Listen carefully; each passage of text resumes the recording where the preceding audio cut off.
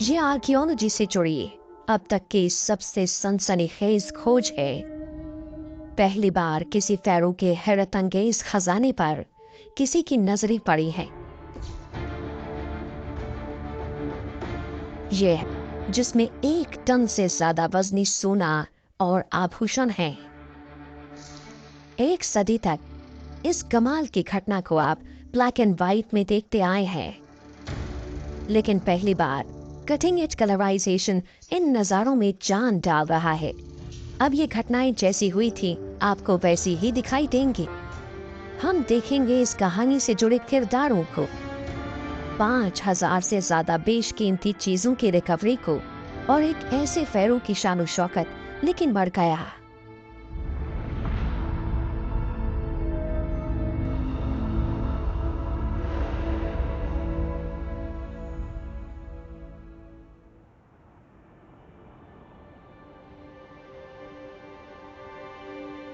ये है valley of Kings. 3000 साल से भी पहले जहां फेरोज को दफनाया जाता था। लेकिन आज जब इस वैली को दोबारा से खोजा गया तो एडवेंचरर्स को यहाँ दर्जनों कमाल के मकबरे मिले, लेकिन इनमें मौजूद शाही खजानों को पहले ही चुरा लिया गया था। ये तो सभी खाली थे। 19वीं सदी की शुरुआत में वैली ऑफ द किंग्स के बारे में कहा गया कि अब वहां खोजे जाने लायक कुछ नहीं है, लेकिन एक शख्स को इस पर यकीन नहीं हुआ।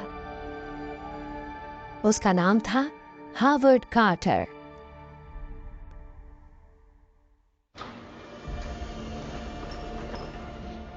इस ब्रिटिश आर्कियोलॉजिस्ट को तूतनखामन का मकबरा कैसे मिला, इसका सबूत यहाँ ऑक्सफोर्ड इंग्लैंड में यूनिवर्सिटी के ग्रिफिथ इंस्टीट्यूट के वार्ड्स में मौजूद है। कार्टर की मौत के बाद से ही इस यूनिवर्सिटी में उनके निजी कागजात संभाल कर रखे गए हैं। कार्टर रिकॉर्ड्स को तफसील से रखते थे और इस कमाल की कलेक्शन में उनकी डायरी, नक्शे, मकबरे के प्लान और सैकड़ों तस्वीरें शामिल हैं।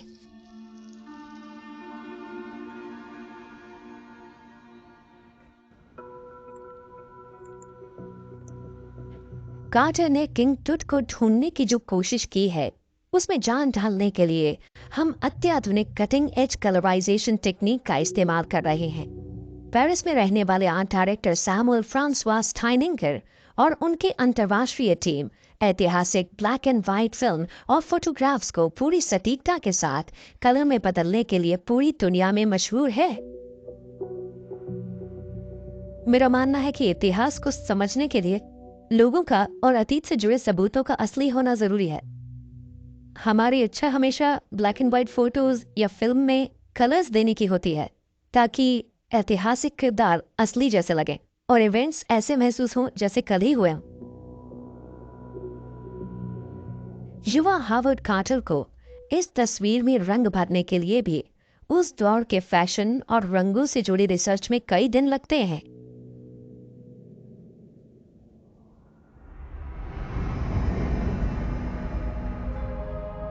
ये तस्वीर युवा हावर्ड कार्टर की है। यहाँ वो इजिप्ट की अपनी पहली यात्रा पर रवाना होने से पहले सुकून से बैठे नजर आ रहे हैं।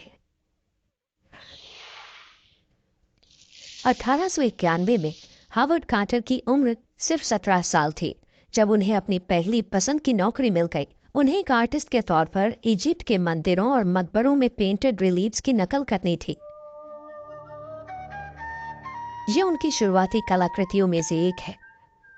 कार्टर ने गॉड हॉरस को दर्शाने वाले इस फैल्कन की नकल बनाई जो महिला फेरो हेटशेप्सुट के मॉर्चुअरी टेम्पल के दरवाजे पर बना था। ये हमारी एक पसंदीदा कलाकृति है। ये सचमुच बहुत ही खूबसूरत और कमाल की पेंटिंग है। इसमें आपको पिन होल्स नजर आते हैं क्योंकि उन्होंने कागज के टुकड़े को एक बोर्ड पर लगाकर दीवार पर लगाया होगा और फिर इसे बनाया होगा। ये नकल काफी सटीक बनी है। कार्टर जब 19वीं सदी के आखिर में इजिप्ट पहुंचे तो एक नया मीडियम पनप रहा था, फिल्म।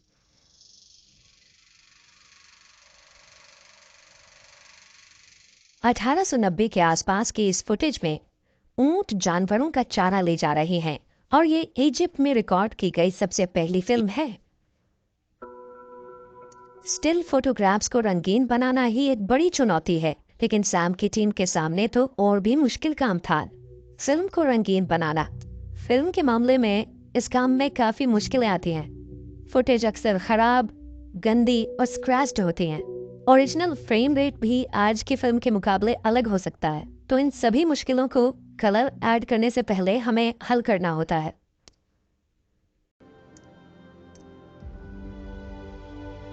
ओरिजिनल फिल्म को साफ करके डिजिटल फाइल्स में बदला जाता है, फिर इसे शार्प करते हैं।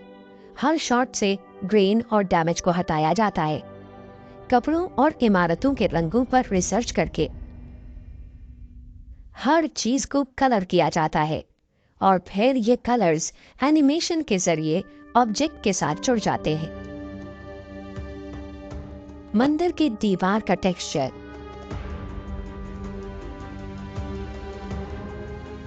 लोगों के कपड़ों और चेहरों पर पड़ रही रोशनी, धीरे धीरे हावर्ड कार्टर के दौर के इजिप्ट में जैसे चांद पड़ने लगती है।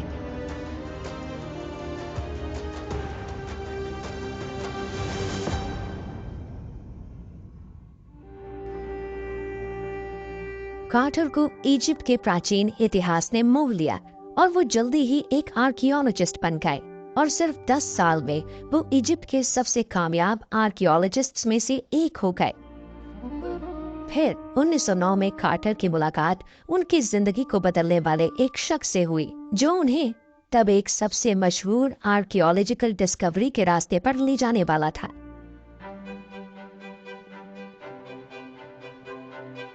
ये है हाईक्लेयर कैसल। यहीं पर टीवी सीरियल डाउनटन एबी बनी थी। 19वीं सदी की शुरुआत में यहाँ 5th अर्ल ऑफ कर्नारवन रहते थे। कार्टर की तरह ही कर्नारवन को भी इजिप्ट का जुनून था। उनके पास खुदाई के लिए काफी पैसा था, लेकिन उन्हें एक्सकेवेशन में एक एक्सपर्ट की जरूरत थी। तो उन्होंने हावर्ड कार्टर को नौकरी पर रख लिया।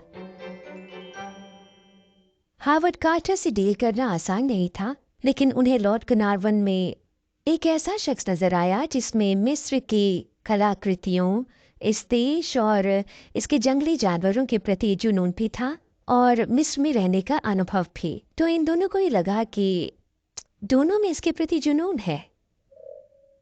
इन दोनों का सपना था कि कुछ ऐसा ढूंढे जो पहले कभी ना देखा गया हो, जैसे किसी फेरो का सही सलामत खजाना।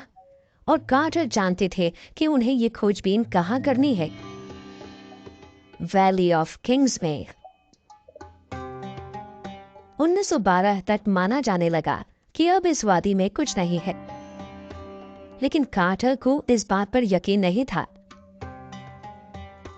क्योंकि उन्होंने इजिप्ट के राजाओं की लिस्ट्स को लेकर रिसर्च की थी जो मंदिर की दीवारों पर हुआ करती थी, और उससे कार्टर को पता चला था कि सभी फेरो के मकबरे अभी तक नहीं मिले हैं और एक गुमशुदा मकबरा था तूतनखामन का। कार्टर ये बात अच्छी तरह जानते थे कि किसी ने भी खोज का काम सिस्टमैटिक तरीके से नहीं किया। किसी ने किसी एक जगह पर खुदाई की, किसी ने दूसरी जगह पर। तो कार्टर ने कर्नारवन से कहा कि उनका इरादा इस प्रोजेक्ट के दौरान बेडरॉक तक खुदाई करने का है, यानी वो नहीं चाहते थे कि कोई छोटी सी भी कसर रह जाए। इससे होता यह कि इस प्रोजेक्ट के खत्म होने के बाद अगर कुछ नहीं मिलता तो पता चल जाता कि कुछ नहीं है। एक और बात से भी कार्टर का यकीन पड़ रहा था। इस वैली में शाही कब्रों में इस्तेमाल की जाने वाली चीजें जमीन से